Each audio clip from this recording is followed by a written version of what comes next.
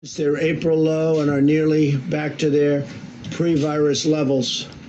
And that's been a tremendous thing. Used cars and new cars have been both doing incredibly well. Mortgage applications were 27% higher in August than during the same period last year.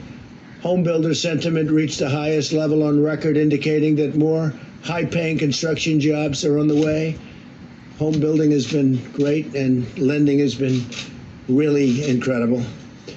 U.S. manufacturing activity reached a 19-month high in August. While my administration has fought every day to restore prosperity, however, Nancy Pelosi and the Democrats in Congress are holding additional China virus relief hostage to reasons that nobody understands. I guess I do. I think I understand. It's called politics.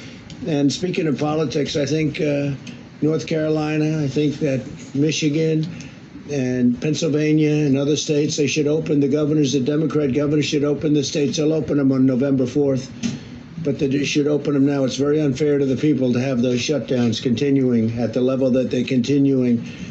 Democrats are insisting on a massive taxpayer bailout of badly run blue states, stimulus checks for illegal aliens, and the mass release of inmates from jail. They want to release a lot of inmates, some of them for very serious reasons. They want to release them from jail. They want that as part of a stimulus package. Can you believe it?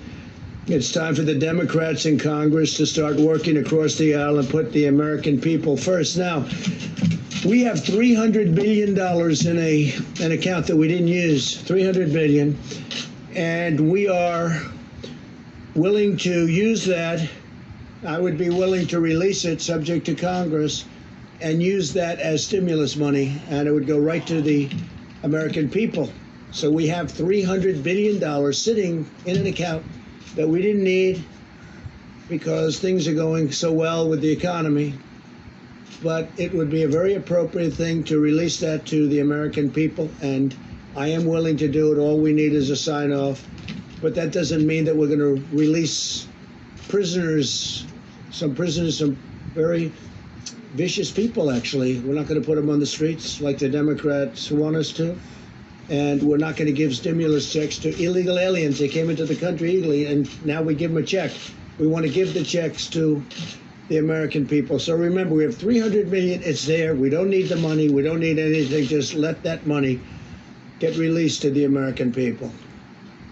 As our economy rebounds, there's only one thing that could stop the extraordinary economic comeback and wipe out the future of American workers, and that's what the Democrats want to do with a $4 trillion tax hike, implementing things that will be really bad for our country. And this will just absolutely cripple what we're doing on regulations and so many other elements of success. We had the greatest economy in history prior to the China virus coming in. Now they want to stop regulations. They want to bring up regulations to a level, stop the things that we're doing, which are at a much smaller level, and bring up regulations at a level that nobody's ever seen before. They want to do things that will make it impossible for any economy to grow. They want to ban fracking. And as you saw, ban, and all of a sudden he sees his polls going down, and now he says, well, I was only talking about not maybe banning fracking, but he wants to ban fracking. And it doesn't matter what he wants to ban. The people that control him want to ban fracking.